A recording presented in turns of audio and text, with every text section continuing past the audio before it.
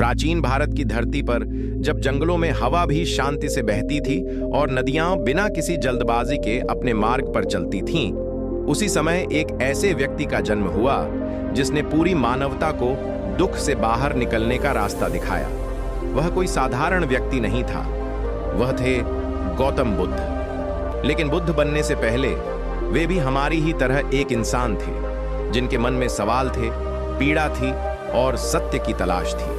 जब भी मैं बुद्ध के जीवन को याद करता हूं, मुझे लगता है कि वे हमें यह बताने आए थे कि शांति बाहर नहीं, भीतर खोजनी होती है। राजकुमार सिद्धार्थ का जीवन ऐश्वर्य से भरा था, महल, सेवक, सुख सुविधाएं, सब कुछ था।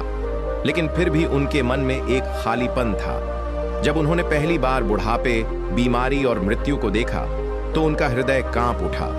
उस दिन उन्होंने महसूस किया कि यह चमकता हुआ संसार अस्थायी है।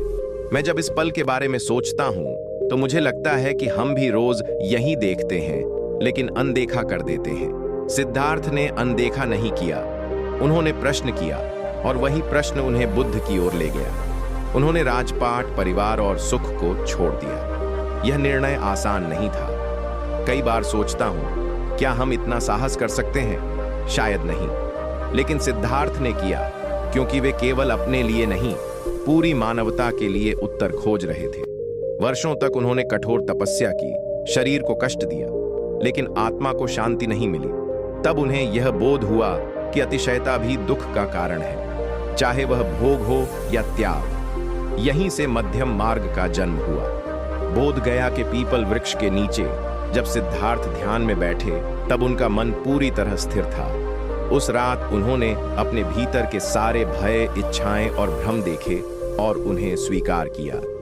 मेरे लिए यह सबसे गहरा क्षण है, क्योंकि बुद्ध ने हमें सिखाया कि अपने अंधकार से भागो मत, उसे समझो। उसी क्षण वे सिद्धार्थ नहीं रहे, वे बुद्ध बन गए, यानी जागृत आत्मा।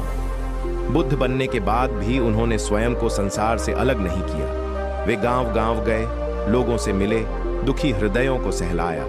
एक बार एक दुखी व्यक्ति उनके पास आया और बोला, मेरा जीवन कष्टों से भरा है। बुद्ध ने शांत स्वर में कहा, दुख जीवन का हिस्सा है, लेकिन दुख से पीड़ित होना तुम्हारी पसंद है। जब मैं इस वाक्य को महसूस करता हूं तो समझ आता है कि हम अपने दुख को पकड़ कर रखते हैं, बुद्ध उसे छोड़ने का साहस देते हैं। बुद्ध ने 4 आर्य सत्य बताए। दुख है, दुख का कारण है, दुख का अंत संभव है और उस अंत तक पहुंचने का मार्ग है। यह कोई दर्शन नहीं, बल्कि जीवन जीने की कला है। उन्होंने कहा कि क्रोध को क्रोध से नहीं, प्रेम से जीता जा सकता है। यह बात सुनने में सरल है, लेकिन अपनाने में कठिन। फिर भी बुद्ध हमें मजबूर नहीं करते, वे बस रास्ता दिखाते हैं। एक बार किसी ने बुद्ध को अपशब्द कहे। बुद्ध मुस्कुराए। शिष्य ने पूछा, आप क्रोधित क्यों नहीं हुए? बुद्ध बोले, जो दिया गया है अगर मैं स्वीकार न करूं तो वह उसी के पास रहता है। यह सुनकर मुझे लगता है कि बुद्ध हमें सिखाते हैं कि हर बात को मन पर लेना जरूरी नहीं। शांति प्रतिक्रिया में नहीं, समझ में है। बुद्ध का जीवन हमें यह सिखाता है कि परिवर्तन बाहर से नहीं, भीतर से आता है। वे किसी ईश्वर की तरह पूजा जाने के लिए नहीं आए थे, बल्कि एक मार्गदर्शक की तरह। वे कहते थे, स्वयं दीप बनो। जब मैं इस वाक्य को दोहराता हूं तो लगता है जैसे बुद्ध आज भी हमारे भीतर बोल रहे हों। अंततः कुशीनगर में बुद्ध ने महापरिनिर्वाण लिया, लेकिन सच कहूं तो बुद्ध कभी गए ही नहीं। वे हर उस क्षण में जीवित हैं जब कोई व्यक्ति क्रोध छोड़कर करुणा चुनता है, लालच छोड़कर संतोष चुनता है और अज्ञान छोड़कर जागरूकता अपनाता है। मेरे लिए बुद्ध कोई इतिहास नहीं, वे एक अनुभव है। अगर हम बुद्ध को सिर्फ कहानी समझेंगे तो चूक जाएंगे, लेकिन अगर उनके शब्दों को जीने की कोशिश करेंगे तो शायद हमें भी जीवन की उसी शांति की झलक मिल जाए जिसकी खोज में सिद्धार्थ निकले थे और जिसे पाकर वे बुद्ध बने। पॉइंट 1, दुख जीवन का सत्य है, सज्जा नहीं बुद्ध। यह नहीं कहते कि जीवन में दुख नहीं होना चाहिए, वे कहते हैं कि दुख को समझो।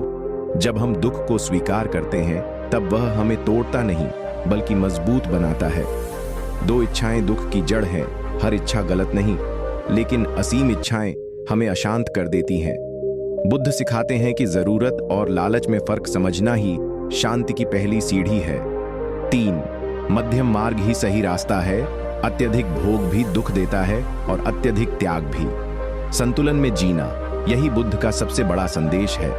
4. शांति बाहर नहीं, भीतर मिलती है। धन, रिश्ते या प्रसिद्धि अस्थायी हैं। स्थायी शांति तभी आती है जब मन स्थिर हो। बुद्ध हमें भीतर झांकना सिखाते हैं। 5. क्रोध को प्रेम से हराया जा सकता है। क्रोध आग है जो पहले खुद को जलाती है। बुद्ध कहते हैं, प्रतिक्रिया नहीं, समझ चुनो। 6. हर बात का उत्तर देना जरूरी नहीं। जो अपमान स्वीकार न किया जाए वह अपमान नहीं बनता। यह बिंदु आज के समय में सबसे ज्यादा जरूरी है। 7. परिवर्तन खुद से शुरू होता है। दुनिया बदलने से पहले खुद को बदलना होगा। बुद्ध किसी और को दोष नहीं देते, वे जिम्मेदारी हमें देते हैं। 8. बुद्ध भगवान नहीं, मार्गदर्शक हैं। वे पूजा के लिए नहीं, जागृति के लिए आए। उनका संदेश है, खुद दीपक बनो। 9. मौन भी एक उत्तर है। हर परिस्थिति में शब्द जरूरी नहीं। कई बार चुप्पी सबसे गहरी शिक्षा बन जाती है।